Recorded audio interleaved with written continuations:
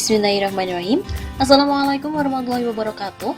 Teman-teman, sobat Taman Inspirasi Sapa. Sebelumnya teman-teman sudah menonton video dari Taman Inspirasi tentang budidaya jamur. Lalu bagaimana dengan konsep usaha dan juga omsetnya? Semoga teman-teman yang baru ingin merintis usaha bisa mendapatkan inspirasi bisnis ini. Nah, kali ini Taman Inspirasi Safa akan membahas tentang bagaimana kelanjutannya. Tentu setelah panen ada langkah-langkah berikutnya ya kan teman-teman. Nah, ini merupakan beberapa langkah dalam pengolahan dari jamur tersebut, serta limbah atau tempat tangkarnya dari jamur ini, serta limbah dan juga tempat tangkar dari jamur ini atau yang biasa dikenal dengan backlog. Teman-teman penasaran nggak? Langsung deh.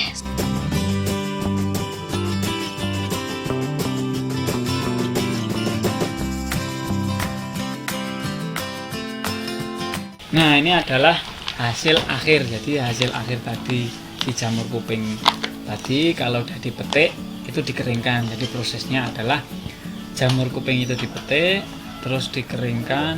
Jadi udah nyiapkan tempat nampan yang besar, terus ditaruh situ, terus dikeringkan alami pakai sinar matahari aja. Jadi sekitaran kalau musim kemarau atau enggak hujan itu cuma sekitaran 2-3 hari pasti udah kering. Nah, ini hasil dari si jamur kering. Jadi kayak gini jamur kuping kering. Kalau tinggal olah, jadi tinggal olah bikin sop atau dicampurkan mie atau apa, jadi kayak gini. Nah, untuk ini adalah jamur kuping crispy. Jadi bahan baku tadi jamur kuping tadi diolah jadi jamur crispy. Nah, ini hasil dari si jamur kuping crispy. Dan yang ketiga adalah jamur tiram. Jadi jamur putih yang tadi, yang putih-putih itu yang sering di pasaran. Kita juga punya produk jamur tiram crispy seperti ini. Jadi prosesnya nanti saya kasih tahu.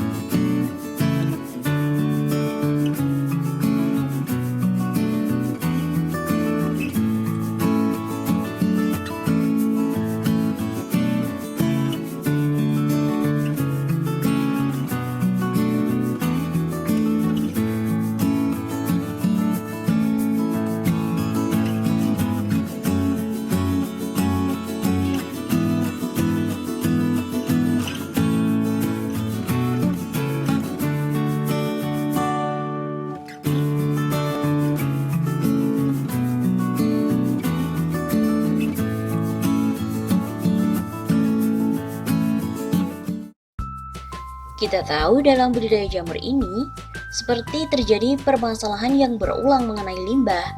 Padahal budidaya jamur ini kan juga memanfaatkan limbah dari serbuk gergaji. Tapi setelah limbah tersebut dimanfaatkan untuk membudidayakan jamur, muncullah limbah baru lagi. Untuk mengatasi permasalahan limbah dari backlog dalam budidaya jamur ini, nah sebenarnya ada beberapa produk yang bisa kita hasilkan dari mengelola limbah backlog jamur. Di antaranya adalah yang pertama, media backlog baru. Nah, untuk backlog yang sudah afkir ini sebenarnya masih bisa digunakan dengan cara diolah kembali menjadi backlog baru. Meskipun hasil produksi jamur dari backlog tersebut nantinya akan sedikit berkurang, mungkin hanya mencapai sekitar 80%-nya jika dibandingkan bila menggunakan serbuk kayu baru. Tetapi setidaknya bisa mengurangi pembelian dari serbuk gergaji itu sendiri.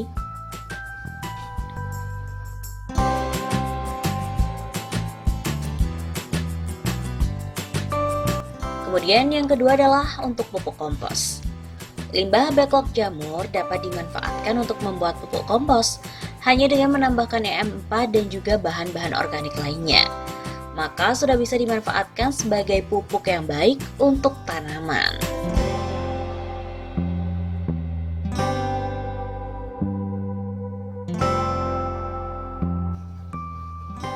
Pakan ternak.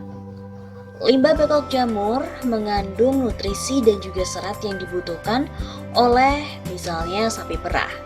Berdasarkan penelitian, limbah backlog jamur ini memiliki kandungan nutrisi yang sangat tinggi untuk hewan ternak. Pengolahan lebih lanjut dengan menambahkan tetes tebu dan juga bakteri prebiotik yang juga berperan positif bagi ternak sapi.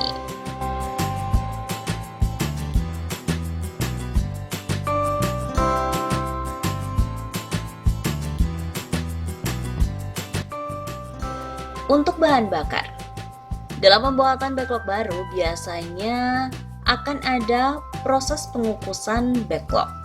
Nah, limbah backlog jamur ini bisa dimanfaatkan sebagai bahan bakar. Tinggallah dijemur dan juga dikeringkan. Kemudian setelah kering bisa langsung kita gunakan.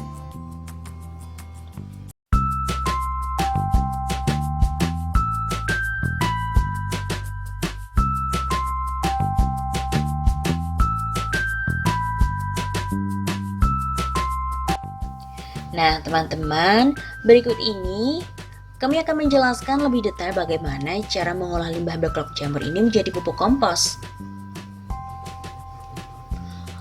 Cara pembuatannya, limbah backlog ini dihaluskan terlebih dahulu.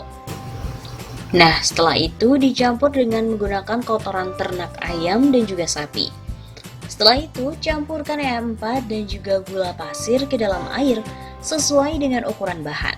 Lalu semprotkan secara merata di dalam adukan tadi. Setelah itu simpan di tempat yang tidak terkena air dan tutup rapat dengan menggunakan plastik. Bahan-bahan ini difermentasi selama kurang lebih 4 sampai dengan 7 hari. Setiap harinya harus diperiksa suhunya, jangan sampai melebihi 50 derajat Celcius. Jika suhunya tinggi, bahan diaduk sampai suhunya pun turun kembali. Nah, setelah 4 sampai dengan 7 hari difermentasi, pupuk kompos ini sudah siap untuk digunakan. Pupuk organik yang dibuat dari bahan baku backlog jamur ini menggunakan teknik bohasi. Bohasi sendiri merupakan teknik yang menggunakan EM4 atau Effective Microorganism untuk mempercepat proses pengomposan dari bahan pupuk tersebut.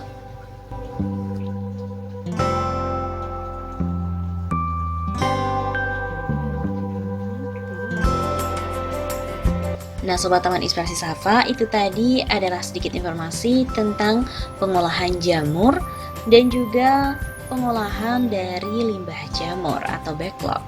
Semoga informasi ini bermanfaat untuk teman-teman dan bisa memberikan inspirasi selanjutnya untuk teman-teman berusaha dan lain sebagainya. Jangan lupa untuk selalu menyertai aktivitas kita dengan berdoa kepada Allah Subhanahu wa Ta'ala agar dalam menjalankan kegiatan kita mendapatkan berkah dan juga ridho darinya. Jangan lupa untuk like, share, komen, dan subscribe agar teman-teman tidak ketinggalan video-video menarik dan juga yang bermanfaat dari Taman Inspirasi Safa. Wassalamualaikum warahmatullahi wabarakatuh.